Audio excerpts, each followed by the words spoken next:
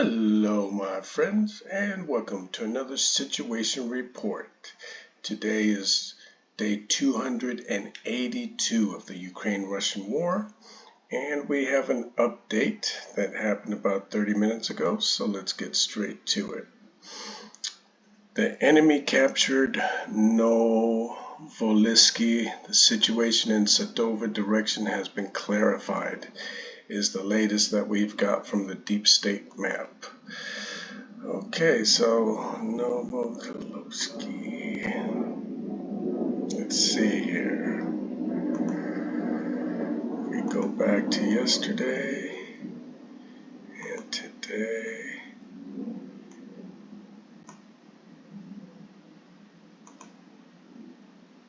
I only see a little territory over here. It's all along this line. Let's see here. That's today, so we actually almost got to the highway here.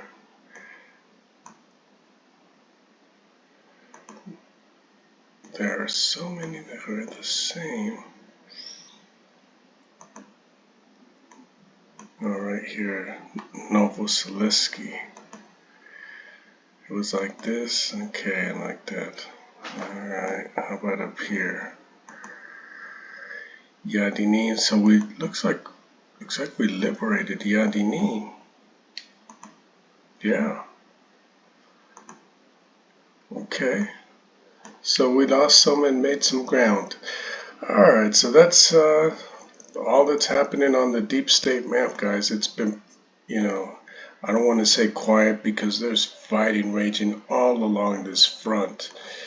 There is some news in here, guys, and so right now Ukraine is like softening up all of these targets in here, all the warehouses and logistics and command centers. So I want to get to that in just a sec. And I want to show you this video of Ukrainian troops engaged in a firefight with Russian forces in a wooded area near Crimea. This was pretty intense. Let me just make this bigger here.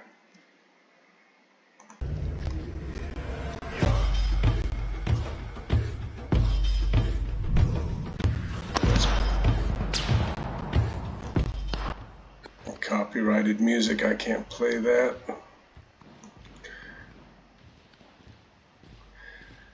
I'm going to try to talk over that music actually. I should probably just stop that, but you can see here, guys, 1, 2, 3, 4, 5. At least they got cover behind the trees. This video is a little long, 4 minutes, and it's, basically the whole length of the fight is, fighting behind the lines here. But the sun is out. I'm not sure when this video was taken. It looks pretty warm, no snow on the ground. Looks like a beautiful day to go hunting for orcs. I want to show you that. That was pretty nice there, guys. So let's get to the Russian losses here, because that's what Ukrainian was doing. Okay, so December 2nd, so they lost 650 troops. They're now over 90,000 troops. 6 armored personnel vehicles, 3 vehicles of fuel tanks, 1 tank, 1 artillery, 2 UAVs, and 1 helicopter as well. And I found this interesting, guys. So the BBC is also reporting this, that Ukraine war Zelensky Aide reveals up to 13,000 war dead. Now, if we go here to minus Rus, okay, the total estimated killed is 90,000 for Russians, okay? And this is the first time that we've heard, 13,000 for Ukraine. Like, man, That's almost 1 to 9. And let's see here. Up to 13,000 Ukrainian soldiers have been killed since the start of Russia's invasion, a senior official said. Mikhailo Podolyak, an advisor to Ukrainian President Volodymyr Zelensky, said between 10,000 and 13,000 troops had died. And neither Ukraine nor Russia tend to release figures for casualties. Mr. Pollak's comments could not be confirmed by the Ukrainian military. So that's, when I report these losses, this is the best I can find from the sources, okay? So don't get on me if they're wrong. I just report what's out there. Okay, guys, so CNN is reporting Ukraine claims some Russian units are withdrawing from Zaporizhzhia. And some Russian troops are withdrawing their positions from Ukraine's southern region of Zaporizhzhia, according to Kyiv. Russian units have left the settlement of Mykhailivka, Polohy and Inzhenerne, all towns south of the city of Zaporizhzhia, the General Staff of the Ukraine military said. So it looks like they're getting ready to invade. Okay, Pravda is reporting Ukrainian army forces repel Russian attacks near 14 settlements and strike 4 command posts, the General Staff reports. Let's see here. Where's that other one that I wanted to show? Oh yeah, I think it's this one. Okay. Ukrainian troops will soon start moving. Ukrainian troops will soon start moving to reach the Sea of Azov, the coast. Military expert Sitvan. Okay, and here you can see where the formations where Ukraine is striking and which way they're going to be attacking. And let's see here. Can we make this a little bigger? No, we can't. Okay, well, this is where everybody was, taught, where we're all expecting Ukraine to attack. And let's see what he says. Military expert Roman Sitvan says that after reaching the Sea of Azov, the Ukrainian army will cut the corridor to Crimea and take Russian forces into operational encirclement. We all know this because if Ukraine can cut this area here, let me bring this up here, cut this area here, anywhere along here, then Crimea is left, there's no way to reinforce it, and the HIMARS can hit from, where is it, Primorsky or Berdyansk, they can hit the Kerch Bridge. So we're all waiting for this. I think Ukraine is just softening up this area because even the Russians know it, and they sent all the people that they withdrew from Kherson, they sent them here and to the Donbass. Okay, so let's keep it pushing though, guys. Here, Newsweek is reporting Crimean leader Kremlin will disintegrate if Putin loses Kyiv Peninsula. And that's what we all know too. So everybody's thinking like, if Putin loses Crimea, it might be over for him and it might be over for the war. And so this is what, so let's see what's he, the Kremlin will begin to disintegrate should Ukraine recapture Crimea, the Black Sea Peninsula illegally annexed by Russian President Vladimir Putin. And this is Rafat Chubarov, the Crimean Tatar leader, made the remarks in an interview with Ukraine's Radio NV in a video published on Thursday. It comes amid reports that Russians are fleeing Crimea to neighboring Russia region of Krasnodar because they fear Ukraine will eventually liberate the Black Sea Peninsula. Well, their fears are justified if you ask me.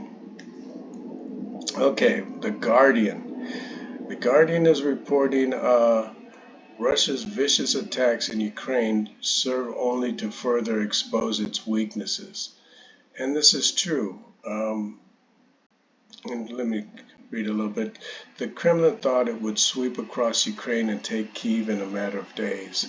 And now, more than 9 months into this disastrous war with Ukraine, the new Russian strategy of targeting infrastructure that brings light, heat, and water to millions of Ukrainian homes has revealed Russia's own weaknesses and its despair in the face of defiant Ukrainian resistance.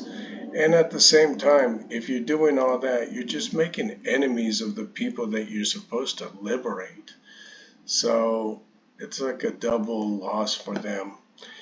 And this is going to hopefully start more often. The Guardian is also reporting that Oligarch's $200 million superyacht to be sold at auction to benefit Ukraine. And so let me read you this. A $200 million superyacht owned by Viktor Medvedchuk, an oligarch and friend of Vladimir Putin, who is under sanctions, is to be sold at auction after its seizure in Croatia earlier this year.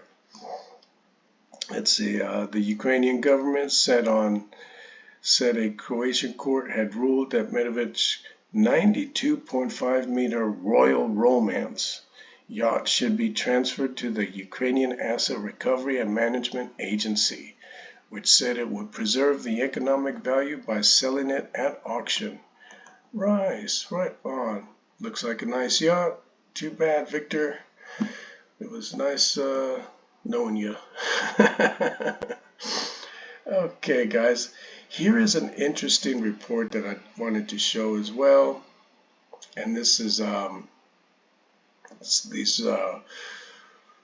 mobilized soldiers hit the commanders and left the unit. And you can see that they've got a fence here, and you can see all these mobilized troops. And here's their commanders, I guess. And so let me play this.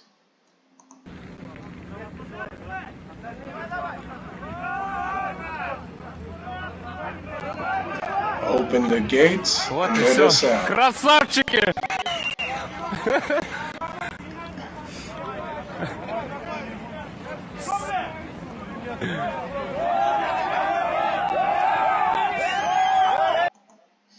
Now I want to see them do that while they're surrendering.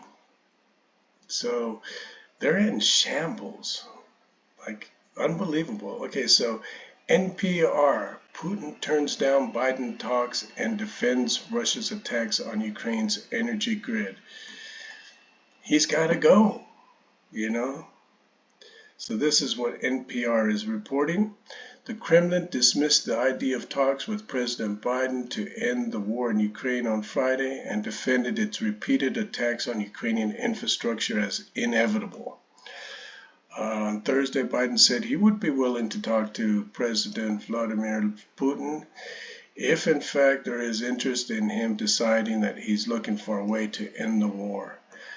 That's a double-edged sword, too, guys. I don't know if like America is going to be standing with Ukraine all the way, like, or if Russia finally wants to end the war, if Putin will say, okay, Zelensky, you gotta, give him Crimea, or who knows, the politics is really ugly, guys. I will say that. I'm hoping Ukraine gets everything back. At the same time, it's tough. All right, so let's keep it pushing. Okay, CNBC is reporting Russian oil price cap take effect in coming days. Ukraine's embassies receive bloody packages. And here we go.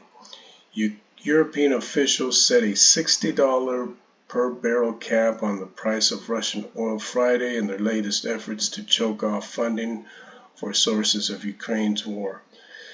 which is pretty reasonable, I guess. I know a lot of people wanted it at $30 or $20. Um, the fact that they could even get to $60, that's pretty low. Okay. Meanwhile, between 10,000 and 13,000 Ukrainian soldiers have been killed in the war. That's also been reported by CNBC. And we'll go to the New York Post, guys. So the New York Post is reporting that Putin fell down the stairs, soiled himself as speculation over worsening health grows. And soiled himself means he shit his pants. Okay, so let's see here. Russian President Vladimir Putin fell downstairs and soiled himself this week amid mounting speculation that his health is declining. An anti-Kremlin Telegram channel with apparent links to his security team reported. Putin, 70, suffered the unfortunate fall at his Moscow official residence on Wednesday evening, according to the Telegram channel General SVR, which purports to be run by a former Russian spy. The ailing Russian leader fell down 5 steps before landing on his ass or tailbone, although his security guards immediately rushed to his aid. The impact of the fall caused Putin to involuntarily defecate due to cancer affecting his stomach and bowels, according to the channel. So who knows if he really does have cancer or not? I really do hope so. I hope he dies, man. A really ugly death. I hope he's suffering a lot for all the pain and suffering that, he's putting on people in the whole world. And metro.co.uk is also reporting that Vladimir Putin fell down the stairs and bruised his coccyx. Okay, so I did want to report that. And then from Dmitry on his Twitter, we've got an intercepted call where a Russian soldier explains how Vladimir governor returned mobilized men from the front lines after their wives started a riot. He also tells about cases of Russians randomly shooting each other in their backs. And so we've got this where it's translated here, guys. And so I did want to play this. Владимирский сюда, этот губернатор приезжал. Там жены у них Владимира подняли, бунт. То, что неизвестно, насколько привезли. Сделали видеообращение, почему гуманитарка ходит до людей. Ага. Типа на какой срок отправили, известно, Он приехал, забрал людей, КамАЗ домой, Ну, понятно. Молодцы, правильно. Тут пацаны были с 7-й роты, не наша рота, получается.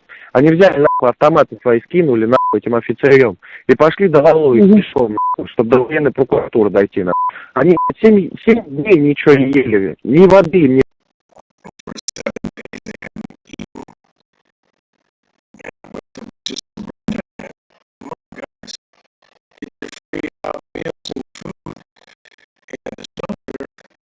привозили, ни еды. Они к нам пришли, кормили, напоили, Вот. И они просто говорят, пацаны взяли, отдали оружие, все это хуйню этим офицерам.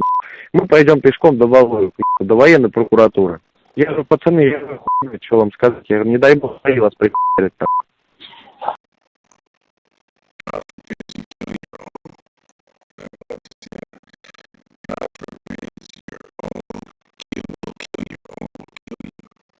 Вас прихуярят там. Я говорю, мы в тот раз шли, пацаны с магазина приехали.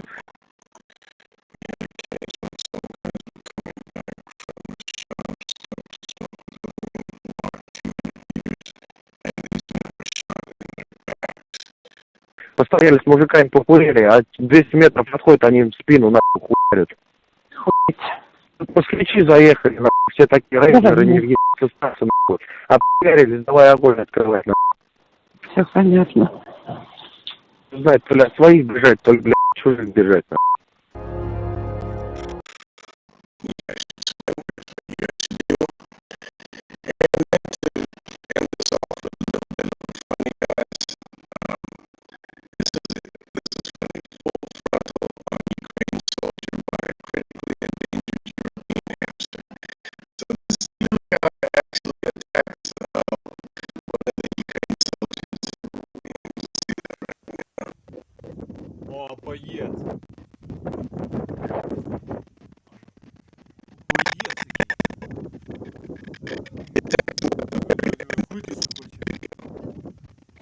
такого не бачив.